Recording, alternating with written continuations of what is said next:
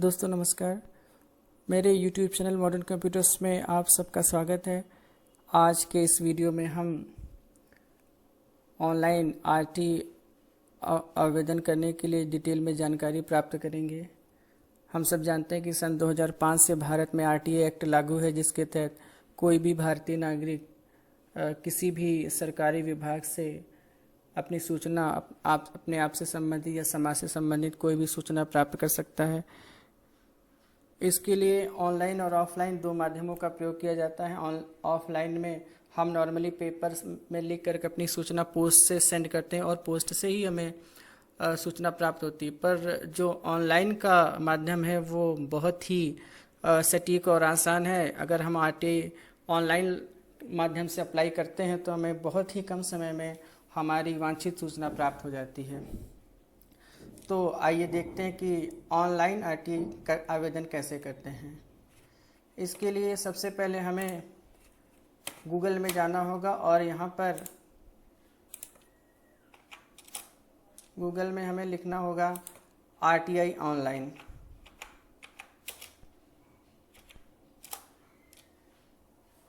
देखिए यहाँ पे जो सबसे पहला ऑप्शन आ रहा है आरटीआई ऑनलाइन होम, इस पर क्लिक करेंगे।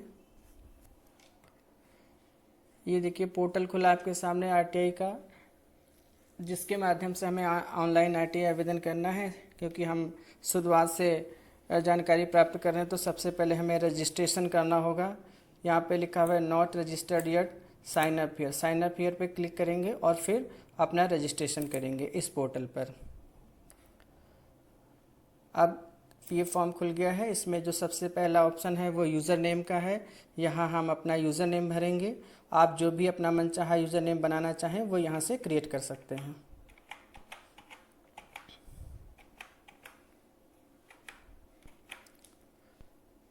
यूज़र नेम के बाद नेक्स्ट ऑप्शन जो आएगा वो पासवर्ड, उसको टिक करेंगे। यहाँ पे देखिए अवेलेबल लिखा है। अगर यूज़र नेम पहले से ये यूज़र नेम कोई यूज़ कर चुका होता तो यहाँ पे नॉट अवेलेबल लिख के आता। अवेलेबल है तो ठीक है, नहीं तो आप इसको चेंज करके देख सकते हैं। यहाँ पे अवेलेबल लिख के आ जाएगा। अब यहाँ पे आपको आपका पासवर्ड लिखना है।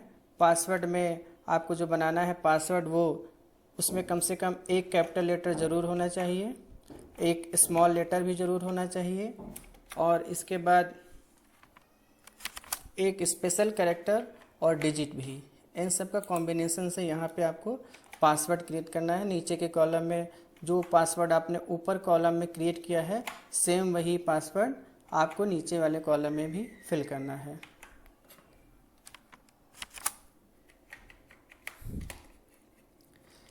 इसके बाद आपको यहाँ पे आपकी ईमेल आईडी फिल करनी है। जो भी आपकी ईमेल आईडी है वो यहाँ पे फिल कर दीजिए।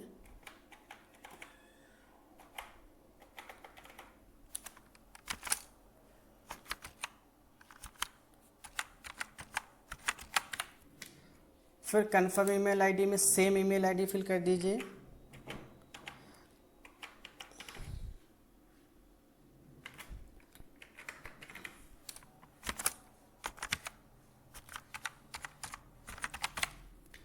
उसके बाद यूज़र टाइप सेलेक्ट करना है। यूज़र टाइप में यहाँ पे देखिए आपसे कंफर्म कर रहा है कि आपने जो ईमेल आईडी फिल किया है उसमें स्पेलिंग कहीं मिस्टेक तो नहीं है। आप अच्छे से चेक कर लीजिए, सारा सही है तो ओके कर दीजिए। क्योंकि अगर स्पेलिंग मिस्टेक हुई तो आप पे मेल नहीं आएगा, अकाउंट क्रिएट नहीं हो पाएगा। फिर यहाँ से ओके कर दिए। इसके बाद यूज़र टाइप में इंडिविजुअल सेलेक्ट करना है। जो एनजीओ या कॉमन सर्विस सेंटर होते हैं, कोई और ऑर्गेनाइजेशन है तो वो यहाँ सेलेक्ट करते हैं। आपको यहाँ पे इंडिविजुअल सेलेक्ट करना है। उसके बाद आपको यहाँ पे आपका नाम फिल करना है।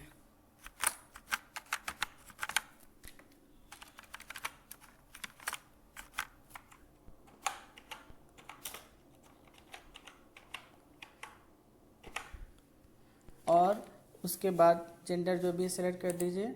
उसके बाद एड्रेस फिल करना है।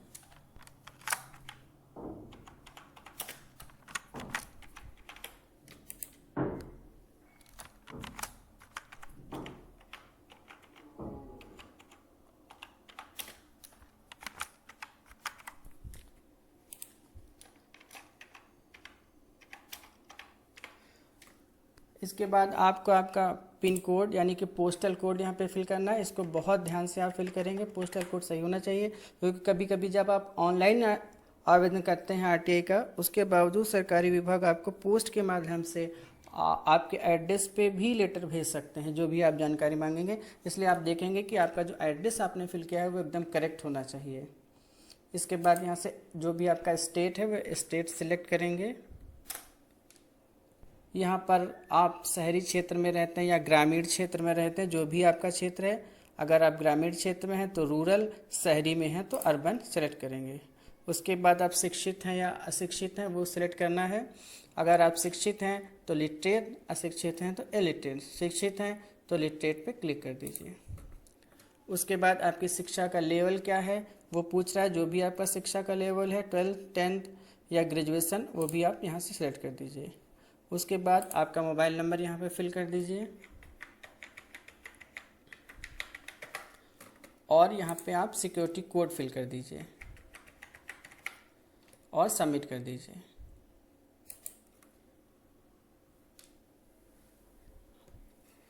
यहाँ पे सेव कर दीजिए पासवर्ड को, नहीं तो आप पासवर्ड और अपना यूज़र नेम कहीं पे नोट करके लिख लीजिए, क्योंकि फ्यूचर में जब भी आप लॉगिन करेंगे आपको आपके यूज़र नेम पासवर्ड की ज़रूरत पड़ेगी। अब यहाँ पे लॉगिन करना है तो क्लिक हियर टू लॉगिन करते हैं। इसके बाद यहाँ पे आपकी आईडी, क्योंकि मैंने सेव किया, पहले से आ रही नहीं आ रहा है, तो आप यूज़र नेम और पासवर्ड दोनों फिल करेंगे और उसके बाद यहाँ से लॉगिन करेंगे, सिक्योरिटी कोड एंटर करेंगे और लॉगिन कर देंगे।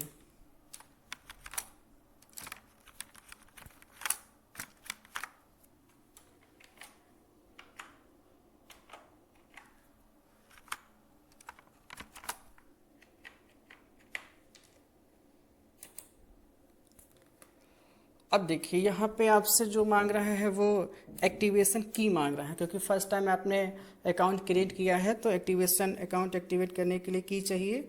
ये कि जो भी आपने ईमेल आईडी रजिस्ट्रेशन के समय भरा है उसी ईमेल आईडी पर ये की आई है, तो आप अपना ईमेल आईडी ओपन करेंगे, वहाँ पे एक मेल आया होगा, उसमें ये एक्टिवेशन की आ गई होगी। देखते हैं, देखिए यहाँ पे मेल आ गया है, आरटीआई ऑनलाइन यूजर रजिस्ट्रेशन। इस पर क्लिक करेंगे।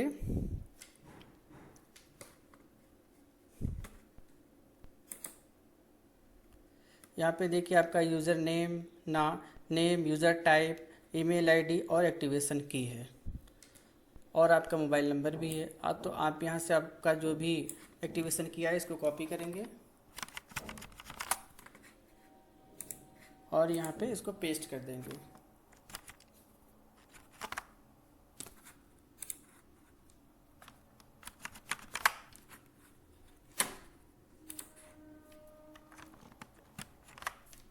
और सिक्योरिटी कोड लिख करके सबमिट कर देंगे।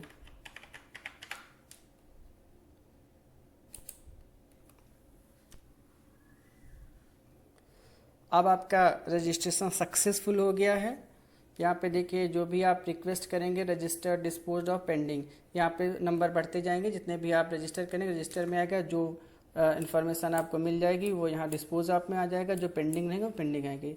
अपील्स में ये आप अगर कोई आरटीआई आवेदन करते हैं और उसका आपको लिमिटेड टाइम में, जो भी टाइम पीरियड है जो नॉर्मली 30 दिनों का होता है, अगर उसमें आपको वो इन्फॉर्मेशन नहीं मिलती है तो आपको फर्स्ट अपील लगाना होता है। जो भी आप अपील लगाएंगे वो यहाँ पे शो करेगा, कितनी आपने अपील लगाई, उसमें कितनी डिस्पोज ऑफ हो गई है, क्या पेंडिंग है, वो यहाँ पे शो करेगा। अब रजिस्ट्रेशन करने के बाद अब हम देखते हैं कि आरटीआई के लिए ऑनलाइन आवेदन कैसे करेंगे। अब हमें जो कि ऑनलाइन आवेदन करना है, इसके लिए पहले हम जो ऑप्शन यहाँ पे दिए गए उनको देख लेते हैं। सबसे पहले जो ऑप्शन है सबमिट रिक्वेस्ट का है। जब हम फर्स्ट टाइम किसी विभाग के लिए ऑनलाइन आरटीआई लगाते हैं तो इसी ऑप्शन को क्लिक करना होगा। यहाँ से हम नया आरटीआई एप्लीकेशन फिल कर सकते हैं। सेकंड जो ऑप्शन है सबमिट अपील का है। सबमिट अपील में हम यदि जो फर्स्ट टाइम हमने अप्लाई किया है उसका रिप्लाई नहीं आता है, जो टाइम पीरियड है उसके अंतर्गत, या जो रिप्लाई आता है उससे आप सेटिस्फाई नहीं है, तो उसके बाद आप सबमिट फर्स्ट अपील कर सकते हैं। इससे आपको आगे की सूचना मिलेगी।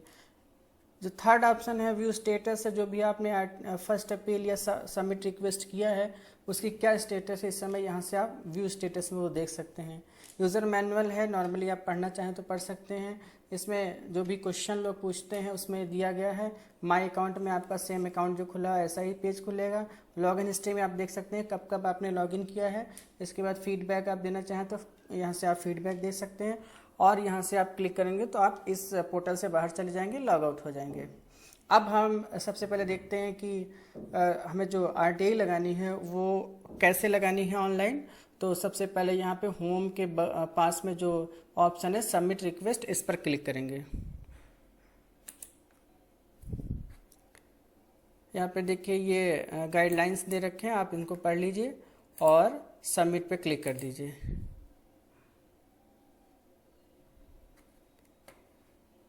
यहाँ पे फिर से लॉगिन करने के लिए कह रहा है, आप फिर से यहाँ पे लॉगिन कर दीजिए।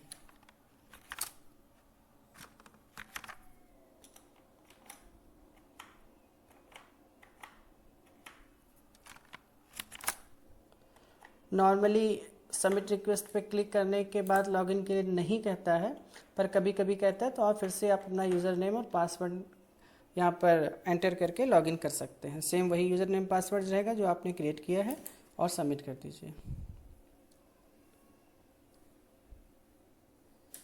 सबमिट रिक्वेस्ट में फिर से जाएंगे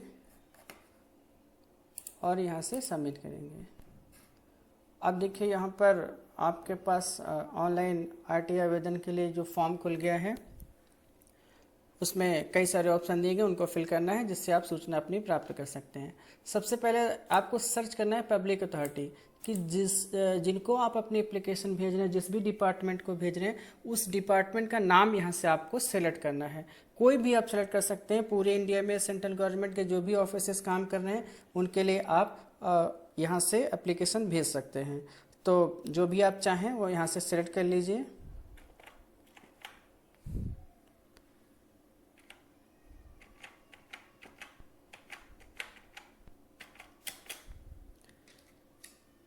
जैसे मैंने अभी नॉर्दर्न रेलवे सेलेक्ट किया है, कंफर्म कर ओके कर दीजिए। यहाँ पे देखें नॉर्दर्न रेलवे आलमबाग वर्कशॉप आ गया।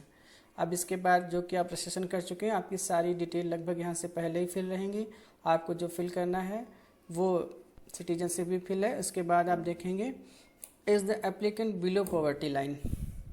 देखिए अगर आपका बीपीएल कार्ड बना हुआ है तो इसको आप यस कर दीजिए। बिलो पॉवर्टी लाइन आते हैं, इसको यस करेंगे तो जो आरटीआई एप्लीकेशन के लिए आपको फ़ीस सबमिट करनी है वो फ़ीस सबमिट यहाँ से आपको नहीं करनी होगी, उसकी छूट मिल जाएगी। यहाँ पे अपना बीपीएल कार्ड नंबर लिखेंगे, ईयर ऑफ इश्यू अथॉरिटी लिखेंगे और यहाँ से आप अपने लेकिन अगर आपका बीपीएल कार्ड नहीं है, बिलो पॉवर्टी लाइन में आप नहीं आते हैं, तो आप इसको नो करिए। तो 10 रुपये की फ़ीस जो कि चार्ज होती है वो यहाँ से आपको देना होगा। इसके बाद देखिए इसके बाद जो कॉलम आता है वो है टेक्स्ट फॉर आरटीआई एप्लीकेशन। ये जो कॉलम दिया हुआ है बड़ा सा, इसमें आपको आपके क्वेश्चन जो भी आप जानकारी लेना चाहते हैं वो पॉइंट वाइज यहाँ आपको लिखने हैं। जैसे कि फर्स्ट पॉइंट लिखेंगे, आप जो भी क्वेश्चन आपको जानकारी लेनी है वो यहाँ लिख दीजिए। आप वो क्वेश्चन कितना भी लंबा हो सकता है, 1-2 लाइन में जाए, कोई दिक्कत नहीं है, वो जैसे आप लिखते जाएंगे आगे बढ़ता जाएगा। इसके बाद सेकेंड क्वेश्चन आपको लिखना है, स्पेस छोड़ के सेकेंड लिखिए और अगला क्वेश्चन लिख दीजिए। इसके बाद थर्ड क्वेश्चन लिखना है, थर्ड पॉइंट लिखिए और अगला क्वेश्चन लिख दीजिए। इस तरह से जो भी क्वेश्चन आपको करने हैं, जो भी सवाल करने हैं, जो जानकारी लेनी है वो यहाँ पे आप फिल कर सकते हैं। इसके अलावा अब क्योंकि यहाँ पे आप फिल करेंगे तो आपको बहुत टाइम लग सकता है, हो सकता है कि उतनी देर में पोर्टल लॉग आउट हो जाए और टाइम टेकिंग भी है। तो अगर आप दूसरा ऑप्शन करना चाहें तो उसके लिए आपको करना ये है कि जो भी आपको क्वेश्चन है उनको पेपर पे टाइप करके या लिख करके पीडीएफ फॉर्मेट में आप अपने कंप्यूटर पे सेव कर लीजिए। और यहाँ पर जो ऑप्शन है सपोर्टिंग डॉक्यूमेंट, यहाँ पे आपको सपोर्टिंग डॉक्यूमेंट लगाने के लिए दिए गए ऑप्शन है। तो यहाँ पे आप चूज फाइल करके जो भी आपके क्वेश्चन पीडीएफ में सेव हैं उसको यहाँ से आप सेलेक्ट कर लीजिए। इससे आपको यहाँ ऊपर ये जो कॉलम में लिखे गए क्वेश्चन है ये लिखने की ज़रूरत नहीं है। यहाँ पे आप कुछ भी 1-2 लाइन लिख करके आप छोड़ दीजिए और अपनी फाइल यहाँ अटैच कर दीजिए जो भी आपका एप्लीकेशन है, और उसके बाद आपको आसानी हो जाएगी। फिर आपको इतना वहाँ पे टाइप नहीं करना पड़ेगा। उसके बाद यहाँ पे आप अपना फिल कर लीजिए ये सिक्योरिटी कोड और मेक पेमेंट पे क्लिक कर दीजिए। यहाँ पे कंफर्मेशन करने के लिए ओके कर दीजिए। अब यहाँ पे देखिए आपको पेमेंट करना है। RTA फीस 10 रुपये दिया है। यहाँ पे आप कई तरीक़ों से पेमेंट कर सकते हैं। आप अपने नेट बैंकिंग से कर सकते हैं, अपने ATM कार्ड से कर सकते हैं, क्रेडिट कार्ड से कर सकते हैं, किसी से भी किसी भी बैंक का ATM या क्रेडिट कार्ड हो आप उससे पेमेंट कर सकते हैं। तो जैसे आप कार्ड से करना चाहें तो यहाँ पे इस ऑप्शन को टिक कर दीजिए और पे पर क्लिक कर दीजिए। अब आपको ये ले जाएगा बैंक की साइट पे जहाँ से आप पेमेंट कर सकते हैं। आप यहाँ पे आप अपना कार्ड नंबर फिल कर दीजिए,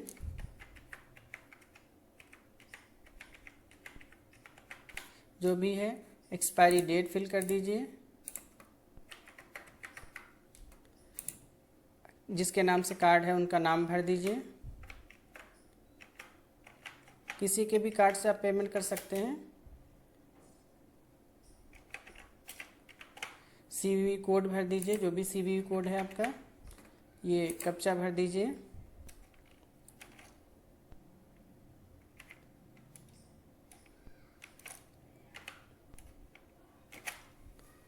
और ये कैप्चा भरने के बाद आप पे पर क्लिक कर दीजिए। जैसे ही पे पे क्लिक करेंगे एक नई स्क्रीन खुलेगी, वहाँ पे आपसे आपका OTP पूछेगा, जो आपकी बैंक में रजिस्टर्ड मोबाइल नंबर उस पर आएगा। OTP फिल कर दीजिए, आपका उस पर क्लिक कर दीजिए, आपका पेमेंट सक्सेसफुल हो जाएगा।